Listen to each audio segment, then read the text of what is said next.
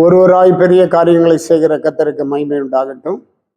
இந்த நல்ல அதிகாலையில் ஆண்டவரை ஆராதிக்கும்படியாக நாம் வந்திருக்கிறோம். அதிகாலையில் என்னை தேடுகிறவர்கள் என்னை கண்டடைவார்கள் என்று இயேசு சொல்லுகிறார்.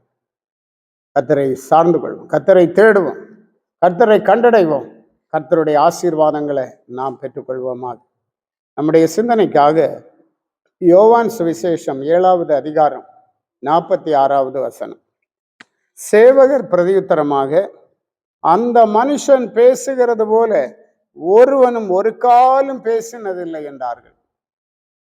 கர்த்தராகிய இயேசு அவருடைய ஊழியத்தை நிறைவேற்றி கொண்டிருந்த நாட்கள்ல அவருடைய போதகத்தை கேட்டு ஜனங்கள் எல்லாரும் ஆச்சரியப்பட்டார்கள்.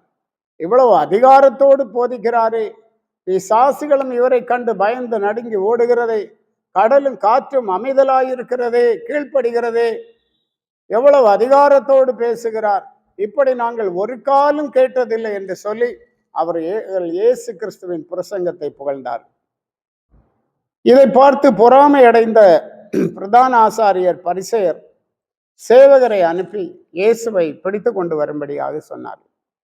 சேவகர்கள் அங்கே போய் கேட்டபோது இயேசுவை அவர்கள் பிடிக்கவில்லை. காரணம், அந்த மனுஷன் பேசுகிறது போல ஒருவனும் ஒரு காலும் பேசினதில்லை என்றார். சேவகர்கள் அவருடைய பேச்சை கேட்டு அப்படியே அவர்களுக்குள்ள ஒரு பயங்கர இம்பாக்ட் உண்டாகிவிட்டார். அவரை அவர்களால் அரெஸ்ட் பண்ண முடியவில்லை. அப்படி அவர்கள் திரும்பி வந்து அதை பிரதான ஆசாரியருக்கு அறிவித்தார்கள் என்று பார்க்கிறோம்.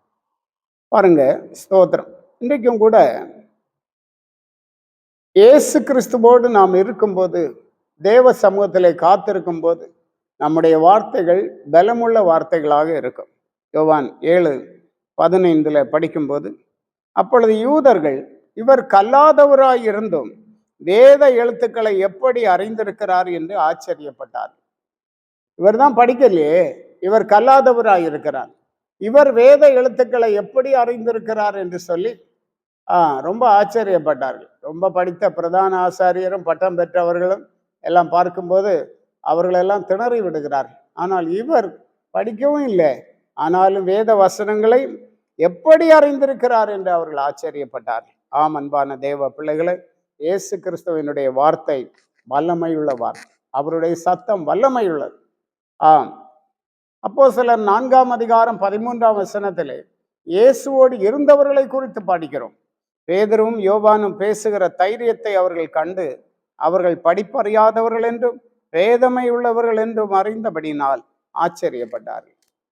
பேதுரும் யோவானும் பேசின தைரியத்தை பார்த்தார்கள். இவர்கள் கல்லாதவர்கள், படிப்பறிவில்லாதவர்கள், வேதமை உள்ளவர்கள்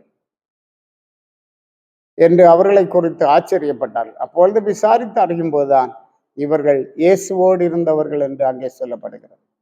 இன்றைக்கு நாமும் கூட இயேசுவோடு இருப்போமே, ஆனால் தேவனாகிய கர்த்தர் நம்மை அவருக்காக அதிகமாய் பிரயோஜனப்படுத்துவார். தீர்க்கதரிசியாகிய ஏசாயாவை குறித்து 50ஆம் அதிகாரத்தில் படிக்கும்போது, இளைப்படைந்தவனுக்கு சமயத்துக்கு ஏற்ற வார்த்தை சொல்ல அறியும்படி தேவனாகிய கர்த்தர் எனக்கு கல்விமானின் நாவை தந்தருளினார் என்று சொல்லுகிறான். நான் படிக்கல, ஆனால் என்னுடைய நாவு கல்விமானின் நாவு. இந்த மேன்மையான அனுபவம் நம்ம எல்லாருக்கும் உண்டாக வேண்டும். கர்த்தர் அதற்கேற்றபடி நம்மை நடத்துவார். மத்தேயு 10ஆம் அதிகாரம் 20ஆம் வசனத்திலே இயேசுதாமே தம்முடைய சீஷர்களுக்கு சொல்லிக் கொடுக்கிறார், உங்களை பெரிய ராஜாக்களிடத்திலே அதிகாரிகளிடத்திலே விசாரணைக்கு என்று கொண்டு போவார்கள். அப்போது என்ன சொல்வோம், ஏது சொல்வோம் என்று நீங்கள் அங்கலாய்க்க வேண்டாம். பேசுகிறவர்கள் நீங்கள் அல்ல, உங்கள் பிதாவின் ஆவியானவரே உங்களிலிருந்து பேசுகிறவர். உங்கள் பிதாவின் ஆவியானவரே உங்களிடத்திலிருந்து பேசுகிறவர். ஆம், அவ்விதமாக ஆவியானவருக்கு நம்முடைய வாழ்க்கையில இடம் கொடுப்போம். அவர் எல்லாவற்றையும் பார்த்து கொள்வார். ஆம், ஆண்டவருடைய நாமத்தை நாம் மகிமைப்படுத்துவோம், அவருக்கு என்று காணப்படுவோம். கர்த்தர் உங்களை ஆசீர்வதிப்பாரார். ஜெபிப்போம். கிருபை இரக்கம் நிறைந்த பரிசுத்த பிதாவே, நன்றியோடு துதிக்கிறோம். ஆசீர்வாதமான இந்த அதிகாலையில் உம்முடைய சமூகத்திலே காணப்பட கிருபை தந்தீர். உடைய பிள்ளைகளை அதிகமாய் நேசிக்கிறீர். ஒவ்வொருவரையும் பலப்படுத்தும், திவ்ய அன்பினாலும் நிரப்பும். உடைய கிருபை இரக்கங்கள் சூழ்ந்து கொள்ளட்டும். ஆண்டவரே, நாங்கள் கேட்டது போல நாங்களும் ஆண்டவரோடு கூட இருக்கும்போது எப்படி பேதுரும் யோவானும் கல்லாதவர்களாக இருந்தும் அவர்கள் அதிக ஞானத்தோடு பேசினார்களோ, அது போன்ற ஞானத்தை எங்களுக்கு தருகிற தேவனாய் இருக்கிறேன் நன்றி சொல்லுகிறோம். பலப்படுத்தும். இயேசுவின் மூலம் கேட்கிறோம் பிதாவே. ஆமென். ஆமென். God plus.